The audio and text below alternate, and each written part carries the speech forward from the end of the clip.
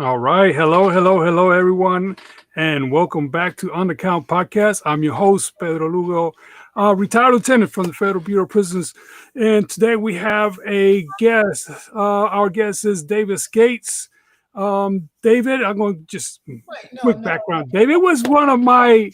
no. Pause, Pedro. Pause. David, it's your first time on the show, but we're on episode 7. And Pedro never introduces me. He just always goes, "Hey, I'm your host, Pedro. Let's get to our guest," as if I don't exist. You're my producer. Well, I tell you what, Pedro's a special guy, and perhaps he knows you very well. So he's inclined to believe that the audience will know you, transition. How about that? Oh, well, we also have with us our producer and co-host Keone Stevens. All right, Keone, I'm going to write that in just to make sure we bring you in. But we have David Scates, and David Keone was one of my inmates for a long time. I was his counselor for a while, and we met in prison. He was. David Scates is one of those guys that I did consider he was an advocate for a lot of other people and try to assist a lot of the guys within the system. And I believe that's what he's trying to do right now as well and continues to do, be an advocate for a lot of people in the system.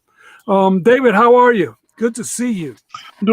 I'm doing very well, Pedro. It's good to see you as well. Good to see you in this setting as opposed to the prior predicament that I was in.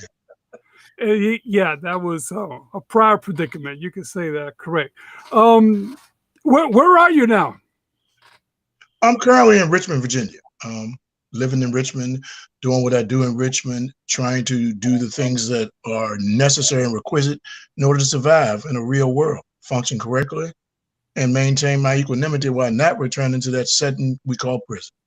All right. Well, those are the things we want to talk about. We definitely want to get to that and know what it is you're I'm doing. happy to talk with you. But I would always like to go a little bit back. That way people have an idea of what happened prior to going to prison, a little bit of what got you in there. We'll talk about prison afterwards. But sure. If you could tell me a little bit, I really don't know. I actually, David, this is just for your information. All that time that we met and we spoke and all that, I really never went to the file and wanted to see why is David's case here? What is his background? I never was interested in that. I've always was more of how you and I treated each other in our relationship while we were in prison. That was the thing that for me. Understood. The most important. Well, let me give you a little background. I can go way back. I can go all the way back to the beginning. But what I would do is I would just give you a quick compendium. Based upon time, I'm sure you don't have a lot of time, but I will give you a compendium of what transpired. So I've always grown up trying to do things the way I wanted to do them, not necessarily adhering to the advice or the good counsel of my parents or other individuals that were around me. Sort of kind of just doing what I want to do. I was a guy that, I like money, I like to do things, but wasn't necessarily disciplined enough to focus on getting what I needed to get to where I could get it.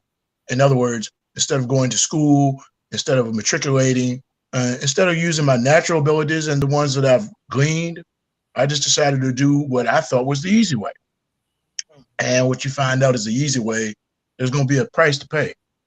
And so what I did was initially I did some things in the state of Virginia. It was confined to that, low-level crimes, but a little bit lucrative, I guess you could say. Mm-hmm. So I would look at the risk reward, and there was a lot of reward. And at that time, there was little risk. Unfortunately for me, other folks started noticing what I was doing, other folks being law enforcement, and they weren't too happy with that. So what transpired, bringing me to the federal jurisdiction, I had a opportunity for them to come to my home. They searched it. They found some weapons. I didn't meet the criteria of what they call Project Exile. Project Exile was a program that was invented by the feds in the city of Richmond, which diverted primarily and largely African American to federal court to receive a severe sentence for something that would generally be minor in Virginia. For example, I was sentenced to 293 months for possession of a firearm. Now, keep in mind, I never murdered anybody, never shot anybody. They had no history of violence in my record. And the federal prosecutors as well as the law enforcement individuals in Richmond, they were targeting people that were committing murders. However, what people have to understand is that doesn't limit them and what they try to do in order to incapacitate individuals that they feel may be doing stuff that they don't want you to do. So in other words, it wasn't really about the guns. It wasn't about murder. It was about, we didn't get you for what we wanted to get you over here. We thought you should have had more time. You didn't get more time in Virginia, so we're going to send you to the feds, and the feds are going to take care of you. Well, of course, I paid that very little attention as well. I got down there, and they tried to offer me a deal. Sure, you're familiar with Rule 35. Correct. That's when you, in the federal jurisdiction, when you tell on people. I declined their offer. In so many words. I won't use those words here. Told them what they could do with their 35. I figured, I'd do some time, but it wasn't going to be a lot. However, when the judge indicated he wanted me to do 293 months, I did a quick calculation, figured out that was 24 and a half years, in addition to the 15 years they were going to give me in the state. So I think you see where they thought this was going to end. For possession of a weapon. Dave, do me a favor, you move your camera down just a little bit. So down? Yes, right there. Perfect. So what you were saying, we talked about this a lot on the show. We had James Hollywood on here that was given a 50-year sentence over something that somebody normally would get 5 years. And we all know why. He lived in the South and he looked the way he did. So you were given more years for possession of a firearm than some people would get for actually shooting someone with that same firearm. Well, you're absolutely correct. And I'm going to jump ahead a little bit. I actually applied for clemency, and I'll tell you about that if you want to hear about it. But that's the case I made when I went for clemency. I had already done a substantial period of time. And at that time, President Obama was giving clemency, but that clemency was for individuals that had crack cocaine offenses. In fact, the best I can tell, and I could be wrong, I mean, the percentage grant was like 3.5, I believe it was. Correct me if I'm wrong, because it's been a while, but I think it was myself and Bradley Manning. Those are the only two I'm aware of that were really outside of the bailiwick of crack cocaine. Most of those were just run-of-the-mill crack cocaine cases. I was able to make a case. I should start over. I was given a couple of law firms to represent me. They said that, there's nothing they could do. I didn't fit the criteria. I could do it pro se. And I said, fine, I'll do it pro se. And I did it pro se. And I was able to make the same extension of a case that you just did. I was able to make a 100-page petition on my own. I would get newspaper articles. I would do whatever I had to do to illustrate. Over here, you got a guy that committed murder. You've got over here, you got a female. She's white. She's from Richmond. She killed her first husband. She got 7 years. She got out. Guess what she did again? She killed the second husband. How did she kill him? Did the same thing. Shot him in the back. She got 15 years. So she got 2 murders. She got 22 years total. And I'm sitting here with 293 months for a nonviolent crime. Keep in mind, the feds found the gun in the home. They had no fingerprints, no witnesses, anything like that. It's sort of like, and I hate to say it, I don't like to get political, but it's sort of like the Trump theory. You go down there and you tell them, say, it's his gun, he's in the house, and the jury that they had, which was composed majority of Caucasian, they find you guilty. They don't necessarily know what your sentence is going to be, but they find you guilty. And I just felt at that time that was really a bad deal as far as being sentenced for a crime when you don't have any witnesses, any fingerprints. You're just basically saying, use your common sense. It's got to be this guy's gun. Keep in mind, the whole intent of that program, Project Exile, the moniker that they used, and I sent that in as well, was we're trying to get the criminal to leave his gun at home. So it doesn't say, even if it was my gun, it doesn't say you get impunity for having a weapon, but they can handle that in the state. In the state of Virginia, you get 2 to 5 years for possession of a weapon. Right. And that was in 1998, right? You've done your homework well. And you served until 2017. That is correct. To put that in perspective for everyone out there, I'm 44 years old. This man went to prison the year after I graduated high school, and he was in prison for my entire 20-year Army until I retired in 2017. So I spent an entire 20 years in the Army and retired the entire time that he was in prison for having a weapon in his home. Yep. That's the size of it. That's how you put it in perspective. Wow. And what I always try to convey to the young folks today is this: you just don't want to put yourself in a predicament when someone else can control your future. And I'm gonna call a spade because that's what I do. You go before these judges, and you look at the jurisdictions, the different jurisdictions, and you look at the composition. It's almost like looking at Congress. And you ask yourself, you look at Congress, you say, well, I'm looking up there and everybody's 80 and 90 years old. How can they relate? Well, really, they don't relate. They only relate to what they relate to, the way they came and the way it was and what they have the power to do. And it's sad when you have laws that allow somebody that has potential, that can make something of themselves if given the opportunity, to languish in prison for an extensive period of time. And then when you get out, and this is jumping ahead a little bit perhaps, you do what you're supposed to do, and we can talk about that. You build yourself up, and not once do you get the law enforcement saying, hey, this guy can be an example. He did 24 years. He's not committed a crime. He didn't commit any crimes in prison. He didn't have any, as we call them, Mr. Lugo knows what I mean, tickets, no write-ups, nothing to smudge you or prevent you from doing anything that you can be doing. And they never even say, hey, good job. Can you help somebody else? I've been sort of waiting for that call. And the only opportunity I've had to do that is through Pedro Lugo in this interview. So you're not going to get that call, because we're going to talk about that at the end, because we talk about that with we've had former, we've had a warden on here. We've had former corrections officers, and of course, former state and federal ex-cons, inmates, whatever you want to call them. I just call them people. We're going to talk about that at the end.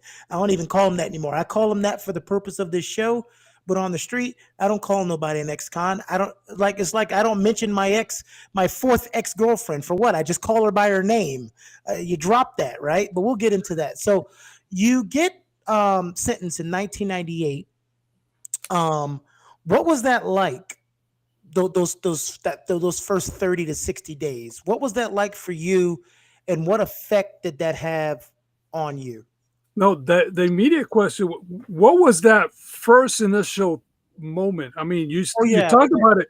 You talked about it when I usually hear, because a lot of people don't realize that 293 months, and they give you those numbers, and you're like, okay, and then you sit back. I want to know when when they told you that, and when you realize the time, when was it? How did that affect you?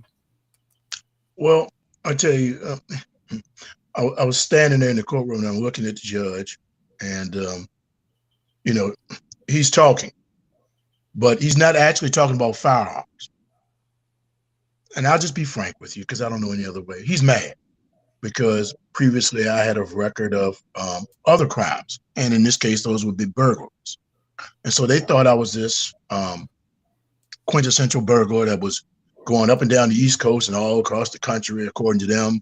And, the state of Virginia couldn't stop me. And it was clear, if you read the transcripts, if you were in the courtroom, this judge had no real consideration about the weapon. The weapon was just ends to the mean. He used words like incapacitating me to protect the public. Protect the public from what? So these are things that are going through my head at that point of sentencing. And as you just indicated, when you do a quick calculation, you say 243 months, and you figure out that's 24 and a half years. Not just 24 and a half years there, but you had some time in the state as well, which was 15 years. So keep in mind, 293 was 15 years. It was clear to me they're trying to end my life. Now, did I put myself in that position? Have I done things in my life that were wrong? Absolutely, absolutely. Did I possess the gun? No. I continued to tell him that. I continued to ask him where was the evidence. So it took a while for that to set in. And when that set in, I said to myself, well, You can quit and give up, which I'm never a quitter, or you can fight. And my fight began right then. And that's when I started, as you know, Mr. Lugo, doing legal work in the law library for self and others. And just to piggyback that just a little bit, I started seeing some success. I started seeing that reading the law was not difficult. What you're finding is that the people that are charged with responsibilities, such as lawyers, judges, prosecutors, aren't really paying a whole lot of attention to what's going on. If you read the loopholes, you look at what's really going on, you look at the transcripts, you look at evidence, and you're able to discern that, wait a minute, how did this happen? And so from that position, I was able to help myself and help others, and I gained a reputation. And from there, I sort of kind of took off. Yeah, and and me being on the other side, reading some of those files, it worked both ways because sometimes I saw people that was like come into prisons for a very, very short time, and it was like it would then weigh off. And some people I thought they should have a short time period in prison, they were having more time. Rule 35 helped out in that a lot of people, but it was like you were saying, it just didn't make no sense at moment when you saw some of the cases and when you start seeing what was going on. Some people did have short period of time, and you were like, well, that's just doesn't make no sense. You know, I saw guys that come in with 25, 50 years for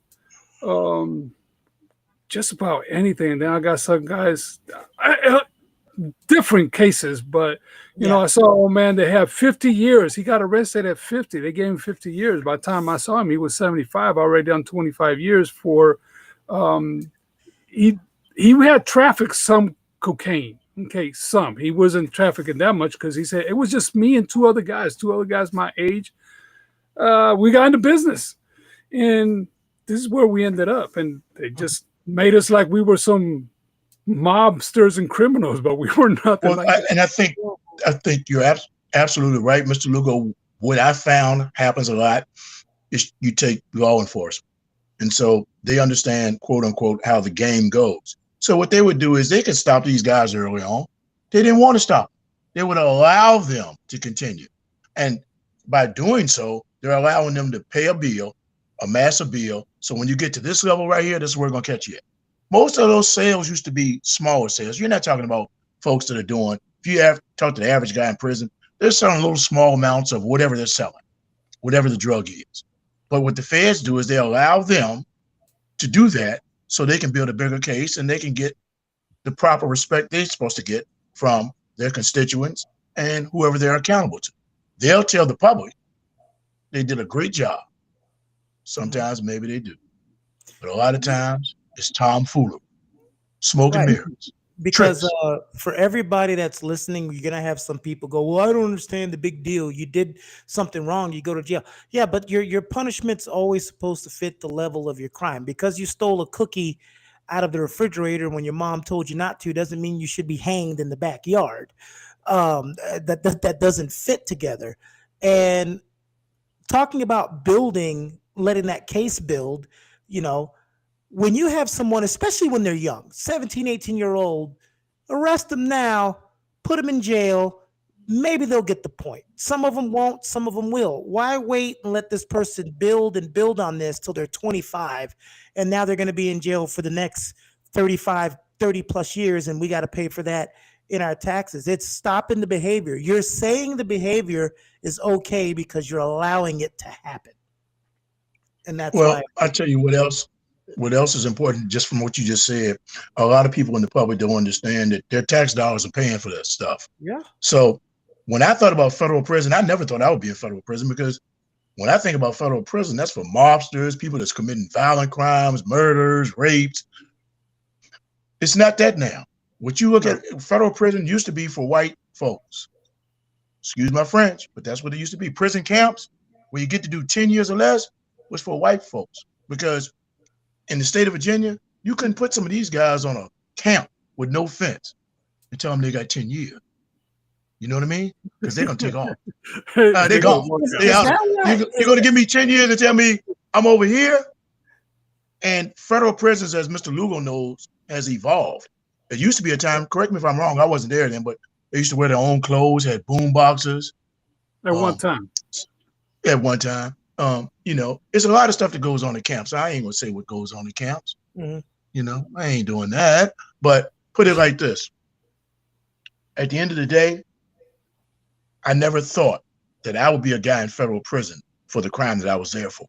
And to have the substantial amount of time that I was given made absolutely no sense to me.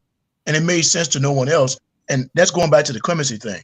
In fact, you might be familiar with this, Mr. Google. After you do a year on supervised release, you're able to apply to be released from supervision.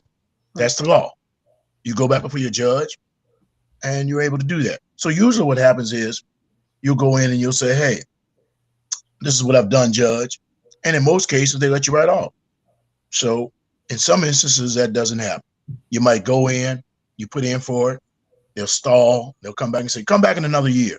Okay, but you're not telling me why I need to come back in a year. So they say, well, okay, come back in a year because, you know, supervised release is to help you and assist you in your adjustment. And what I would say is, okay, then tell me what you've done on supervised release to help me with my adjustment. You're going to get silence. You're going to get crickets.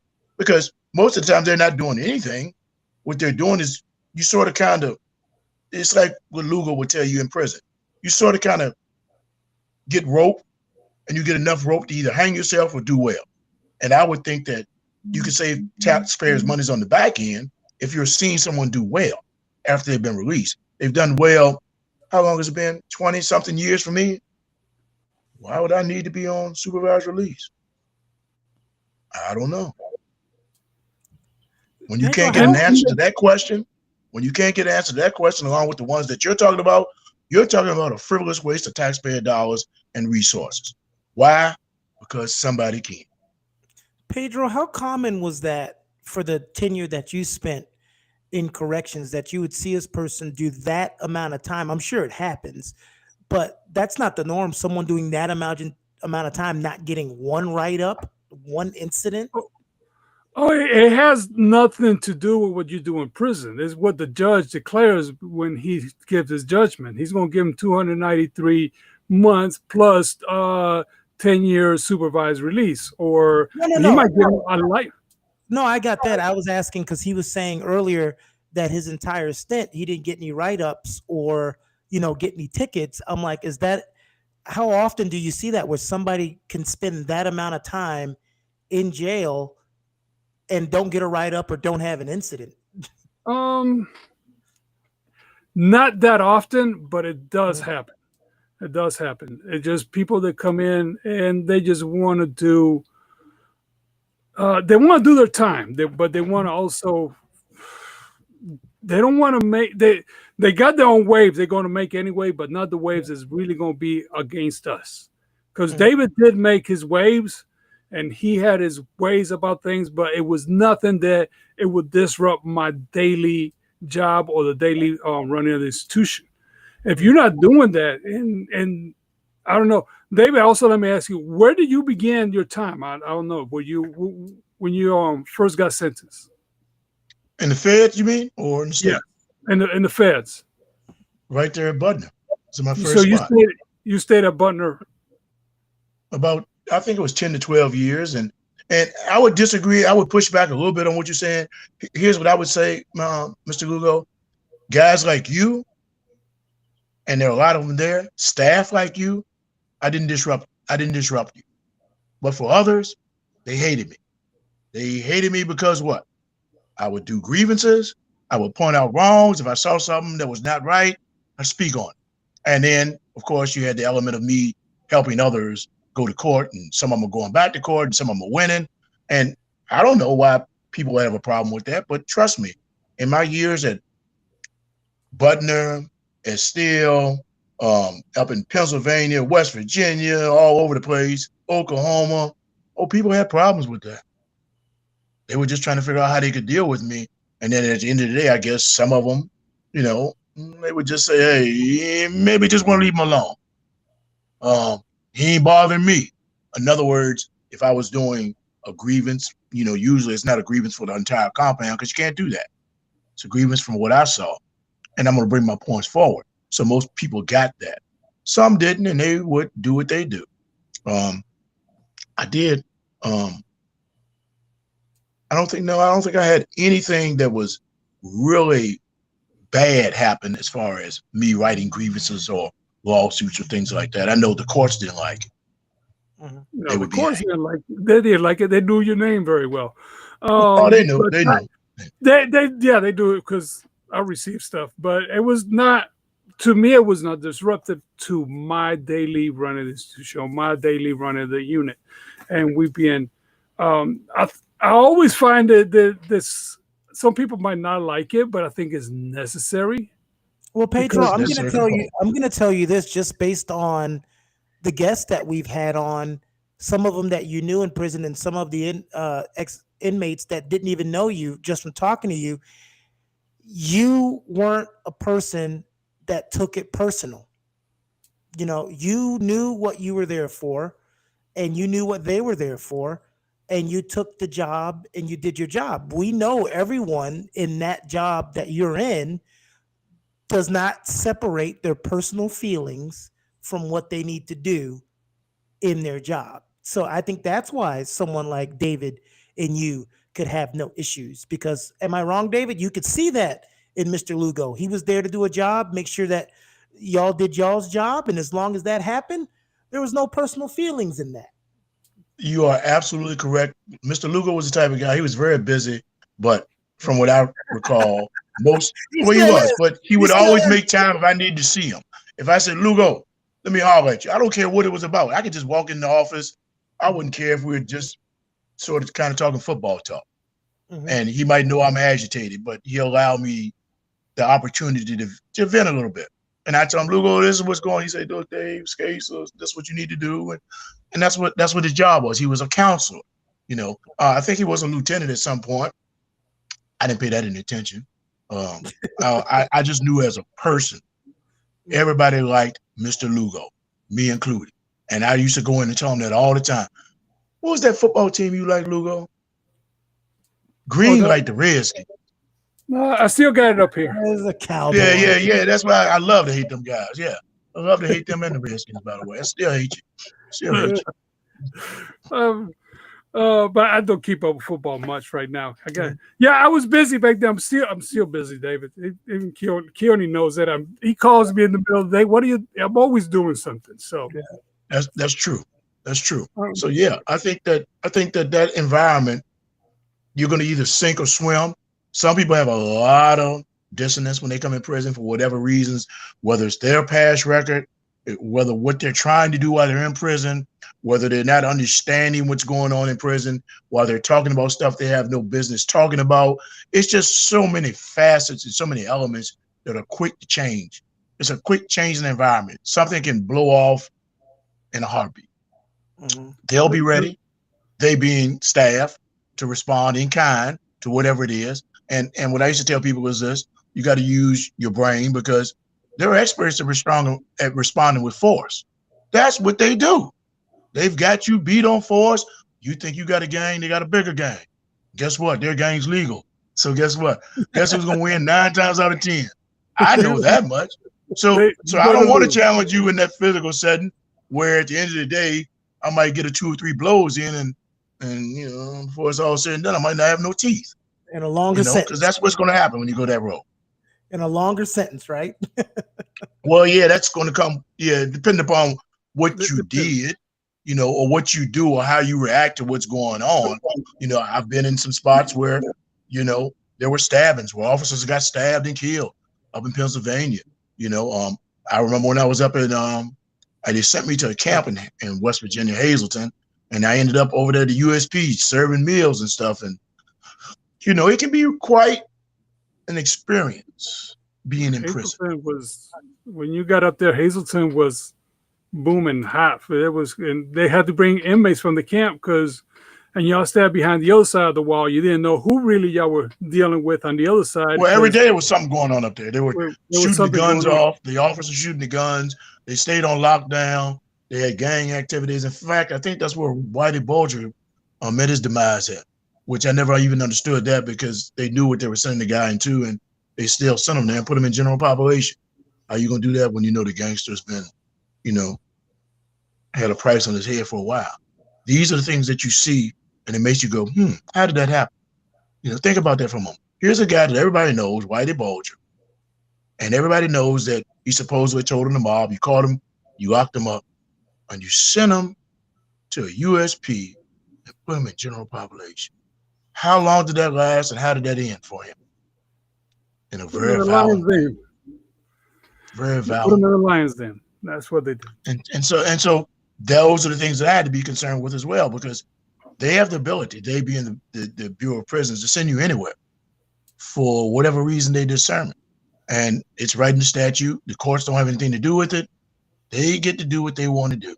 If they feel you're a real threat, I'm sorry. I'm trying to figure out, as a guy, on the outside, I've never been to prison. I've never been a corrections officer. I went to jail one time, and that was enough taste that I had. I didn't even get to prison. But thinking about like me being former military, we move from place to place. Why does a prisoner, and both of you can give your insight on this, why is a prisoner moving around from place to place? Once we move them, because of time, okay, they come in with certain amount of points, and with time, the decrease. So they'll level decrease, and while the level decrease, we move into another type of prison, like a penitentiary is a high. You have your mediums, and you have your lows, and you have your out custody. So once your point system is a point system, and once your points get lower, or you don't have no write-ups, you don't have nothing, so your points are going to get lower with time. Your age, all those come into factor. So you might go to the medium, or you go into the low security facilities. Also depends on your case, depends on what was the crime you committed, and all those little things, and what have you committed in the past. So all those things weigh into you moving into prison.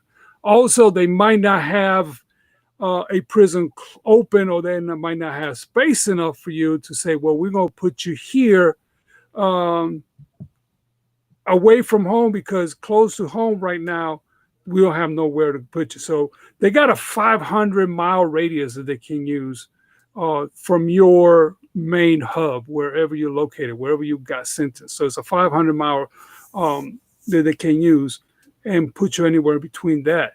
And also depends. And I've known inmates, they're from here, from Virginia, North Carolina, or the East Coast, they end up in the West Coast because of, maybe is because their case requires them away from other people, so they put them somewhere else. So it really depends. Now, David, how does that feel for you when you're at one place and you've got to get accustomed to how things work there, and now you finally are accustomed to it and you're in that routine, and then now you're going to be moved to another place? What's the mentality like going through for you going through that? Well, it's going to depend on the individual, but I'll speak specifically to me. I was at Butner. I don't know if Lugo retired at that time or not, but there was a female counselor over there. I don't want to call her name, but she came after you. Is that correct? After me? Lugo? Yeah. She took over in Granville. Yes. Okay. So what happens is stuff like this. You get there, you get in your routine. So I used to coach basketball.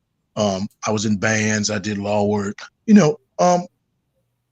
As best you can say, in that environment, things were okay. Other than Petersburg, I'm as close to Virginia as I can get, Butner. So I've done about 10 years there, no incidents, nothing. My points finally dropped. They got a camp right across the street. I want to go over there. It's comfortable. They tell me no. I say, what do you mean no? And I won't call names again. I go into the case manager's office. It's not even my case manager. It's the case manager for the other side. And the individual tells me, well, we don't want you over here no more. You're a troublemaker. You're always writing something up. And I'm like, really? That's what we're doing now? So I think petty. You see where I'm going. I ended up going, it was very petty. I ended up getting sent to West Virginia, and it was like a back door, because they initially told me that I was going to be either going to Butner or Petersburg, but you backdoored me, that's what we call it, and sent me to another location. It wasn't based upon, as Lou will say, sometimes it's requisite. Sometimes it's requisite because you might have a separation order, or you might have moved or something, or you might want to go out west, and you put that down as one of your choices. I wanted to stay right there where I was at, but once again, that was denied. I wasn't given the opportunity. Can they do it? Absolutely. It was within their discretion. Did it make sense to me? Absolutely not. Did I survive? Absolutely did. Went up there to Hazleton, and Hazleton was actually not too bad if you like the country. Just cold. Well, definitely cold. But at that point, Cold. I didn't mind the snow because I had never been on a camp, you know, and there's no fence or anything like that. There's some unusual occurrences that, you know, can transpire at camps. But, you know, I was good with all that. Just, you know, I'm just one of those guys that I'm just counting down the time, you know. So, again, I just compared the feds to Virginia, and I just laughed because I was like, there's no way if you was in Virginia, you'd be on a camp with 10 years. 10 years. You don't have nobody on the camp. Ain't nobody going to be there. Not in Virginia. No, it didn't work out. So They does all it gone. Georgia, Atlanta. They ain't coming back. No, we gotta go get them. All right, so Yeah. David, when did you get out? Believe I made that was a crazy story too, because and I'll give you the quick opinion on that. Got the clemency, so Obama said that you needed to go to a drug treatment program, and so the BOP would assign that. You signed all your paperwork and all that, and I got my clemency on the last day. They called me to the office and they said, "Hey," I said, "What?" He said, "Congratulations, you granted clemency." I couldn't believe it. So after I finished praying right there on the floor, I got up and prepared myself and started doing what needed to be done. And the RDAP, I believe that's what they called it, was down in Alabama. So they said they were going to send me down there. I looked at all the paperwork. Once I looked at it, I determined that, yeah, you can enroll in the program, but you don't have to complete it. It was RDAP was a little bit different from a normal program. Let's just put it like there's more hoops to jump through. And then, you know, some people are court ordered to do that. I wasn't court ordered to do it or complete it. But with that comes certain obligations. Certain RDAPs are tougher than normal programs. Ultimately, what I did was I went down and participated. I did a 40-hour course. And I was supposed to, because I'd done so much time, get 12 months of halfway house in accordance with the new policies and procedures that have been invoked by law and by the BOP. So they gave me the 12 months and I was happy. And I'm down in Alabama. And it's like 3 days before I'm about to go. And they called me and said, well, they counsel. What do you mean they counsel? They counsel. And this is one of the best things that ever happened when I was down there. The staff was so mad about it because, as you just indicated, they're like, this guy been doing everything he's supposed to do for 20-some years. If he's not qualified to get 12 months of halfway hours, who would be? And so they started calling the administrators, and they looked around and they found a spot up here. It was a regional jail. I think it was called Riverside. And, you know, my folks called around, sir. That was a private prison. Yeah, Riverside. It's a multi-jurisdictional prison right up here. It's right adjacent to Petersburg Correctional Center, right? So you got the medium over there, and you got the low, you got the camp, and so it's right adjacent to that. But it's still going back into a jail type setting. I'll take it because that was still going to get me more free time. So you get out, you transfer up there. Oh, let me back up a little bit. Staff initiated the contact. My folks on the outside did some contacting too to try to get explanations as to why you would wait to the last minute. Why would you do this and then wait to the last minute? And it's just one of the games they play. For whatever reason, they play those games. So about 30 days later, they came back because the staff, and I say it again, a lot of people will say staff at prisons aren't any good, never did anything. I can't say that. That staff worked. It was 2 or 3 of them that worked really hard to get me back where I needed to be.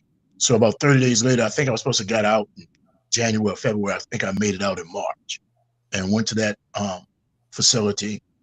And, you know, from there, they gave me a job. You know, it's an incremental step, right? You make 18 cents in prison. I was making $8. But the first thing I thought was that was sort of funny to me because I'm like, well, hell, I left the street in 98 and I was making $11 in with bonuses and incentives as a marketing director. And now I'm making $8 after 20 years in prison. That just don't make sense, but I did it. I was working in a dirty laundry. I went from there to a food line, warehouse distribution center. And, eventually they give you a component called home confinement. So the whole time I'm in the halfway house, so to speak, which is really a jail, you got folks coming and going, and some of them are violating minor rules and they get sent back. Minor rules to me, you might be drinking, which you're not supposed to do. I didn't. You might not come back on time. You might lose your job or something. Those things can be considered violations and they send you back to prison. My thing was, I don't care what y'all doing. There's not a drink that I know that I'm going to take in this environment to send me back to prison. Just ain't going to happen. And so I was able to build upon that. And ultimately, they put me on home confinement, put a little bracelet on. I didn't quite understand that because I'm like, the whole time I'm in jail, you let me out all day long with no bracelet. Now I'm on the street and I'm still functioning and you want me to wear this bracelet. So we did it, worked, got through it, and got to supervised release. Was happy. Want to hear more? How long were you on supervised release? How long? Yeah. How long let's see. The term was 5 years. Okay. Is what the term was. You can do the math. I ain't gonna say too much. I'll let you do the math. Think the release date. You don't count the time that you're in the halfway house. You count the time that you actually were released. So 2019 is the time you make it to supervised release. What's this year? 22. What's this year? 2022.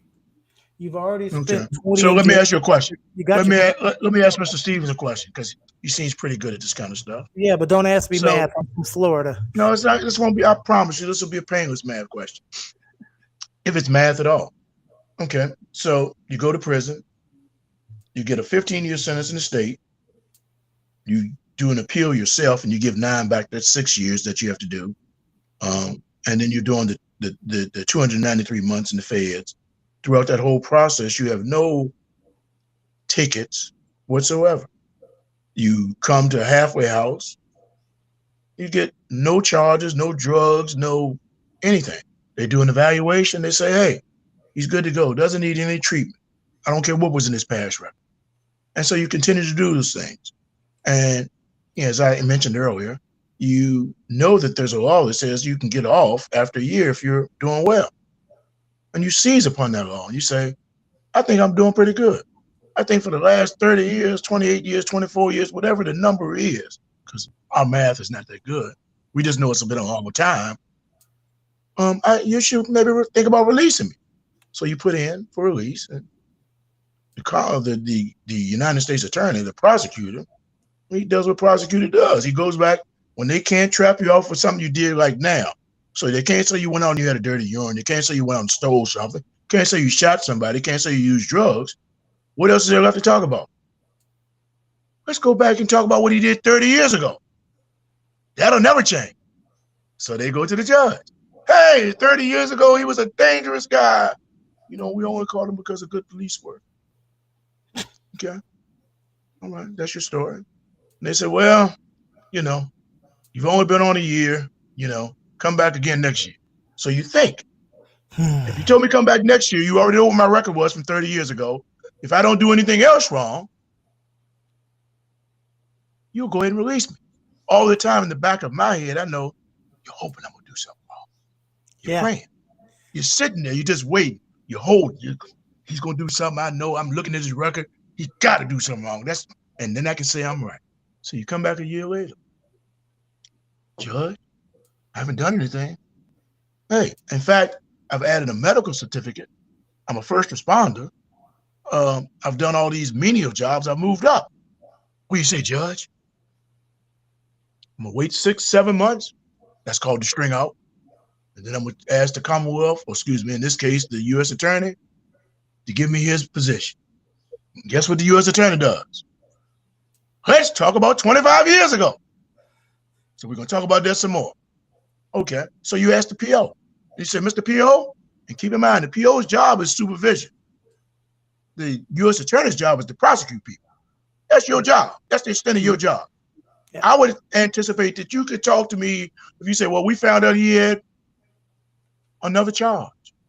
We found out he's under investigation. We found out the FBI is watching him. We think he's selling drugs. Nope. We just want to talk about what you did 30 years ago, sir. Why? Because you can't change that. So you go back and you see the judge again. And they say, well, it's commendable. Give you one line in there. Commendable that you never got a charge while you was in prison. Oh, so you acknowledge that. Okay. And, you know, it's easy to live life in prison. Time out. That's where we stop at. We're going to stop right there. It's easy to live life in prison. You never been to prison? You say it's harder to live out here. Let me just push back a little bit. Just a teeny bit. Why are so many people out here not going to jail? They're not going to jail because they're not doing nothing wrong. It's not hard. We make it hard. The people that go to jail, who have been to jail, have committed crimes, you make it hard on yourself. I'm not saying everybody in jail has done a crime. A lot of innocent people in jail. I met a whole bunch of them. Plenty of them in there. But for me, I made it hard, right? But now what I've done is I've laid a track record, as they say, that I don't get in trouble, that I'm doing the things I'm supposed to do. And I'm coming back before you again, and you're denying me again, and you're saying, well, supervision is to assist you in adjusting. And I say, okay, can you just give me 3 examples of what supervision has done to assist me since I've been home? Crickets. Oh, that's what I got. I got just what you guys got. I got nothing. I was waiting. They don't have nothing. They don't have nothing. They ain't gonna talk about that. They ain't gonna talk about that because they're still waiting. They're still hoping. But what I've said to myself, man, okay, it's been 3, almost 4 years. You only can hold me for 5. Man, I don't care if it's 10. In fact, make it 20, because if it was up to the U.S. attorney, you probably want me to come back to life after I die so you can put me back on supervised release and hold me some more, wait for me to make another mistake. That's my mentality now. I'm not trying to get off because I want to commit another crime. Hell, I had an offer to work for FEMA. I can do some other things. If I could travel, I could do public speaking. I could assist some people that were similarly situated to me by putting my crew together and being able to interact with them, not just from a distance level, but up close and personal level. I could make myself available to those individuals so we can have some real colloquy in order to discuss how you can avert the pitfalls and pratfalls of prison. But I can't do those things until I'm in a position to be able to do those things. And I'm just asserting here, and I'm espousing the point that if an individual or individuals, such as myself and others who I know are out there, in fact, we have a Butner reunion every year. I went down there last year. It was in Marshville. I think it's Marshville, North Carolina, about 6 hours from there. And I made a point to go down there. And you know what I loved about it? Everybody out there that had been in prison was doing well. Everybody was maintaining jobs. I mean, I can't say that there won't be a certain segment of individuals that might throw bricks at the penitentiary if that's what they want to do. But most of these folks were getting back together, and what they were doing was celebrating the fact that we survived. We survived, and now we continue to matriculate the ball down the field to do better for ourselves, others around us. But most of us do want to give back. Most of us want to be able to assist others that are similarly situated. So this guy over here, John Johnson, don't have to go do 293 months in prison. Because I can tell you, while you're running with these gangs and you're doing what you think you're doing, you think it's going to be all good, you're going to find out after you get there, it ain't all good for a number of reasons. For a number of reasons. All right. So David, there, you're good. David, move your camera down a little bit. Go ahead, Pedro. Okay, here we go again. Let's go with the camera move down. How about that? Is that good? Hey, one question that I know always people, and I love to ask this question, is the day you got out, that you left and you were up in Virginia and you got your release. Not you went to supervised release because that's where you've been for a while. It seems like they won't let you go. But once you were just finished with that, you know you had supervised release, but are you done now with all your time? No. You still got because you're not done until you finish with supervised release. You still have another year of supervised release. Unless they decide to do something different. Now, because that's a monkey got, in your back. That's just a monkey in your back that you got to carry with well, you. it is, and it isn't. And let me tell you why that is. It isn't for me these days because generally what used to happen, or at least for me, when you were in the game, so to speak, you're always worried that if I'm throwing bricks at the penitentiary, it's going to come back, and I don't want to have to do that time. Or if I've got suspended time on my head, if I'm in the state, you don't really. Sometimes in the feds you get that kind of thing, but usually in the states you get suspended time. So if you go out and you do something else wrong, you get the time for what you did plus that time you owe them. So if you had 20 years over your head, and you went out and you fractured a fingernail, or fractured a law, you're gonna get all that. I don't worry about that these days because I'm not doing anything. The only thing I'm trying to do is move forward. So from getting that medical certificate, to now having a CDLB and doing the things that I need to do, driving buses, whatever the case may be, all I keep doing is seeing incremental advances in life. And, I've got to approach it this way. You just keep sitting there. And that's the way I see it. I just see, when I look, I see the prosecutor, I see the judge. I'm not going to necessarily say law enforcement because I don't really believe law enforcement just goes out. I don't believe it now. That they just go out and arbitrarily try to find you and throw something on you.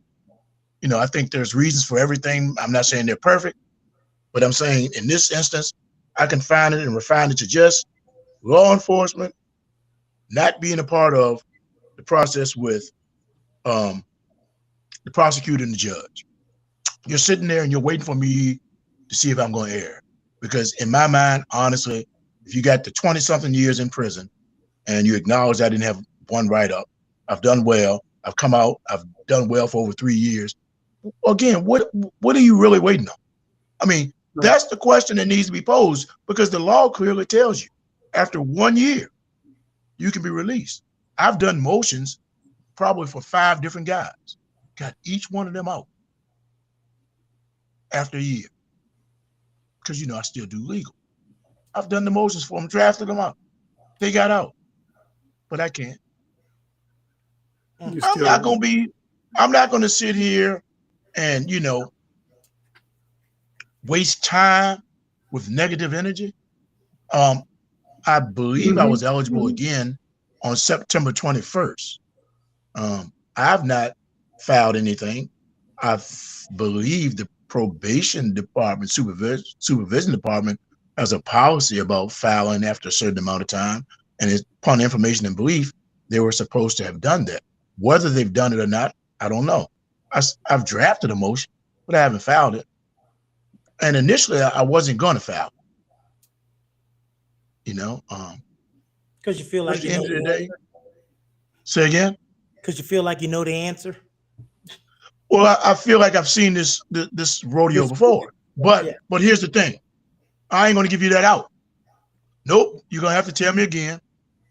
And probably you're going to get a little more pushback this time. Because on the other occasions, I never, pushed back as far as what's your rationale. Let's have evidentiary here. Since you believe I'm a danger, let's do what you always do. If I tell you what you would do if I violated, if I stole a piece of bubble gum out the store, I guess where I'd be at? Back in front of the judge. So let's go back in front of the judge now. That's what I'm thinking. Let's go ahead back today, tomorrow, whenever you want to do it. Let's go back and have a colloquy. And then maybe the prosecution can tell you, because I can tell you the POs, I've seen both of his responses. He said, I don't need any further supervision. So if the guy whose main job is to do that says that, and it's backed up by his supervisor, I'm just trying to figure out what process the judge goes through to keep agreeing with the prosecutor who keeps relying upon 30 years ago. And then if you're going to tell me something that doesn't make sense, like, well, we're going to give you tools. Supervision provides you with tools. Then tell me what tools you gave me so far. Don't even tell me what tools you got going forward. Tell me what tools you've given me so far. And that's where the rubber meets the road. Because at that juncture, you're going to be obligated to say something. I don't want to hear none of that Alibaba stuff. What happened? What you get to stumbling over your words and you're trying to find something in your back pocket. Stop. Just tell me what tools. I don't want to hear the Trump thing. Definitely don't want to hear that. I heard enough of that. Heard enough of that nonsensical stuff. Alternative facts, things of that nature. Shoot the bleach into your arm if you want to get rid of COVID. So many things people really and truly rely upon these days. I didn't keep the classified documents. Whatever the case may be. Whatever the case. It's a parallel there. There's a parallel. It's that same thinking. It's that same thinking. It's that same thing. One of the things that I always bring up, and Pedro hears me bring it up every show, is because you talked about getting the license after you've gotten out. And we always talk about some places, some states have so many rules and laws of what ex-prisoners can't do, which makes it so much harder for them to go back to doing normal things in life, that they end up back where they don't want to be. Some of them, like we talk about in some states, you can't get a driver's license, you can't get an ID, you can't get a license in certain things. Well, heck, I'm trying to get a job so I can not go back to where I just came from. So I'm glad to hear that you were able to get these things when you got out, so that you could get back to having a normal life, a decent life, whatever you want to call that. So and then now you're out here advocating and helping ex-inmates, ex-cons, whatever you want to call them, when they get out, to better themselves. Because I always put this on society. I do it every show. We've got to do better, society. People who own businesses, people who are managers, of hiring people, and not just when you're seeing them be truthful and put, yeah, I went to prison on the application, just casting them off in the throwaway pile. We just have to do better as a society. I'm glad you brought that up. I will say this about the federal prison. I don't know about the state, but when I was down in Alabama, they gave us an opportunity. I knew I was going to need a driver's license. They'll give you an opportunity to get that when you're at the camp. I don't know about the lows or the mediums, probably not, because you have to, be able to get out and get around a little bit. They gave you an opportunity to get your Social Security card so you could have a sort of like a head start, because when you come out, you don't have any of those documents. And remember, some people have been in for a long time. Stuff gets misplaced, laws, people die. You don't get any of those things. So that can be a good way to go if they could, put some things in place that's going to assist us with those endeavors before we get out.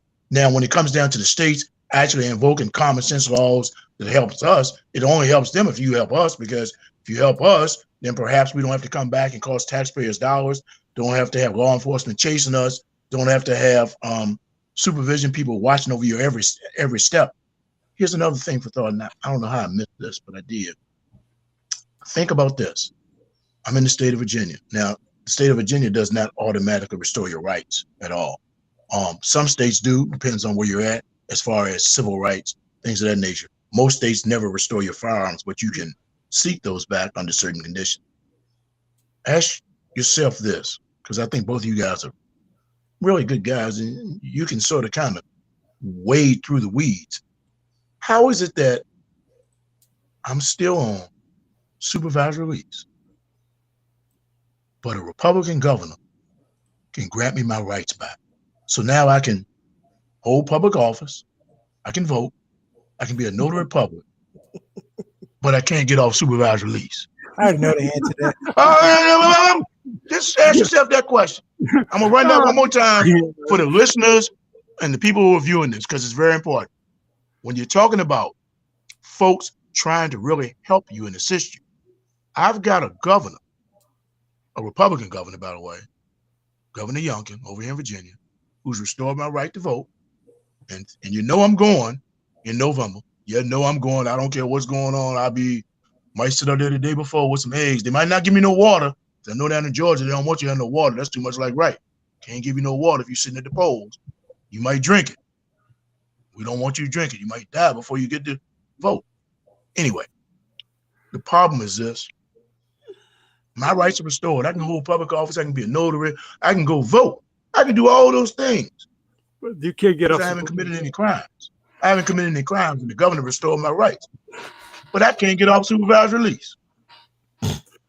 I can drive the bus. They keep holding that over you. We go back to the 25-year thing. Let's go back and talk about 25 years ago. Was Mr. Beeler the warden at Butner when David was there? Yes, he was at one time. We had him on. He's the guest episode that's coming out after yours, and we had him on here, and he said some of the similar things that you said. And right now, he was talking about how he's working with different advocacy groups to make it easier or more fruitful for prisoners when they get out of prison. So I was happy to hear that someone that's been in his line of work was working on those things. So I was happy to hear that. He's an advocate for change. Because That's a good thing. it's costly. I don't know why we do what we do the way we do it, because it costs. It's a lot of money to keep somebody locked up for the time he was locked up. So just round it up to $25,000 a year plus 20 years. What is that? $500,000 for him to be locked up, but we didn't offer him any way out. We didn't really offer him everything that he needed, but yet we spent $500,000 keeping him. Yeah, and we always talk. Yeah, we always talk about this, David. How long do I have to say I'm sorry when somebody comes, does a crime, especially at an early age, does all of these years, and then they go and do it, and they've served it? Because what do people always say? Well, they need to serve their time. So you serve the time, and you're still making me say I'm sorry, even though I was supposed to be forgiven after I did all these things. And you just hit a critical point, and that's frustrating to folks that are trying to do the right thing. Because again, as I would say to anyone, I understand there has to be a price to pay. Okay, I went to prison. I did 20 years. We're not even going to count the state. Remember, I started off by telling you I had 15 in the state. I gave 9 back on my own, which they call pro se. So I was able to go in and identify stuff, which a lot of people can't. They don't have the capacity or, the skill set to be able to do that. I was blessed enough that, I can read and understand laws, and I understand common sense. I understand evidence. And so I was able to see some things that transpired that should have been obvious to anybody. But for whatever reason, it's not followed through. A lot of it's in the way laws are written and the way it's designed. And, once you lose it at an early level, in a criminal prosecution, everything from there is steep uphill fight. It is. But at the end of the day, all we want is fairness on this end. And it's like you say, once I've done what I had to do, I did my sentence. Yeah. When do I get to return to normal? Is there a time when I'm supposed to feel normal, or is it really that you want me to feel abnormal? So I'm a misfit and I don't fit in society? Because some people do believe, and I've talked to guys that believe that it's set up to drive you back to prison because some guys feel more comfortable in prison. That's not me. I'm gonna tell you that. But some guys feel more comfortable in prison because there's less pressure than being out here. Some do. But the other thing is just you took it upon yourself to make sure that you went through all those books. You advocated for yourself. You were looking into it. You were trying to see what was wrong with the system and how they did the wrong for you. Or, it could have been done better. You knew you were going to do time. Okay. But the time wasn't equal to the crime. So you sat back and you said, well, this is not fair.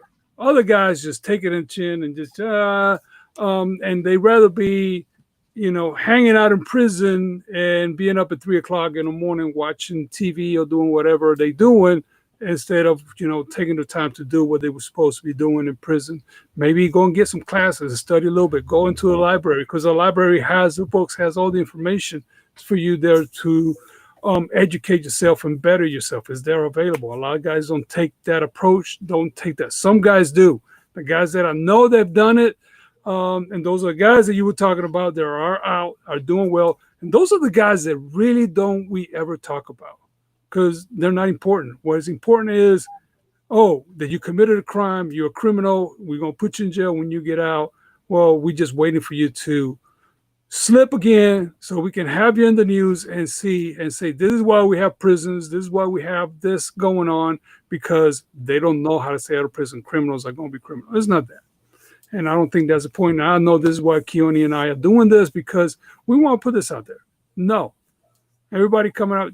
Are there people that needs to be in prison? Yeah. Yes. There's people that I know people that just should never come out of prison.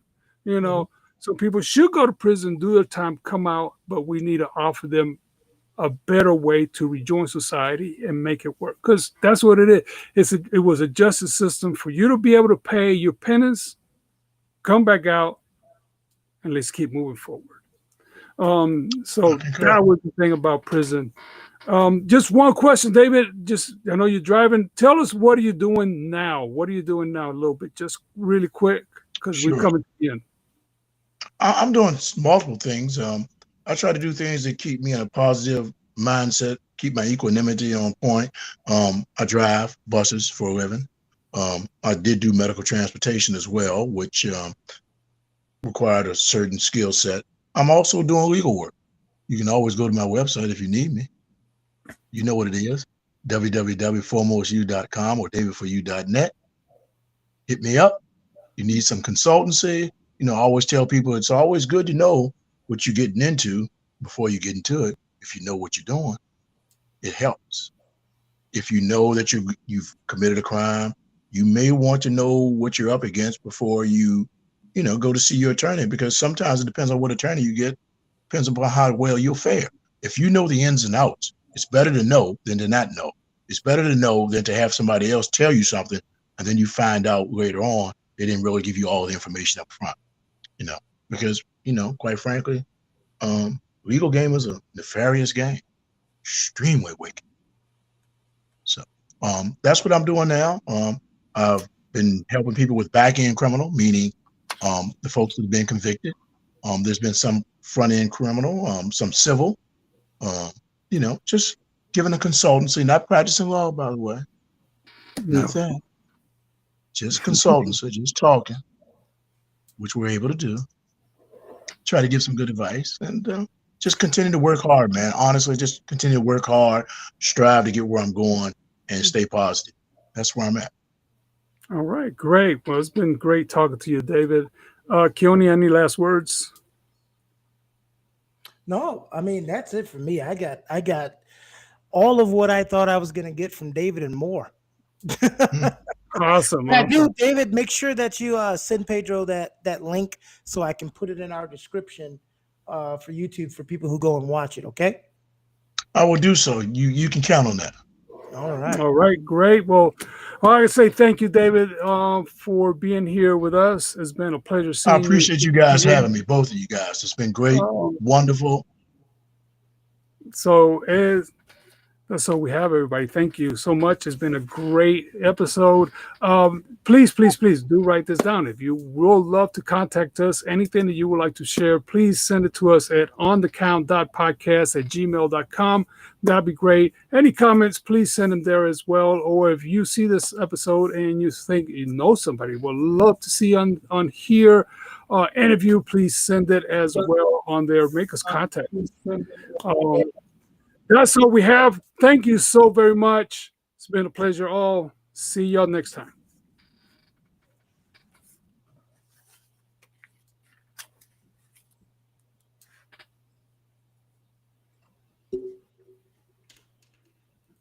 Uh-oh. I think I froze. Can you hear me, Pedro? Oh, never mind. There we go.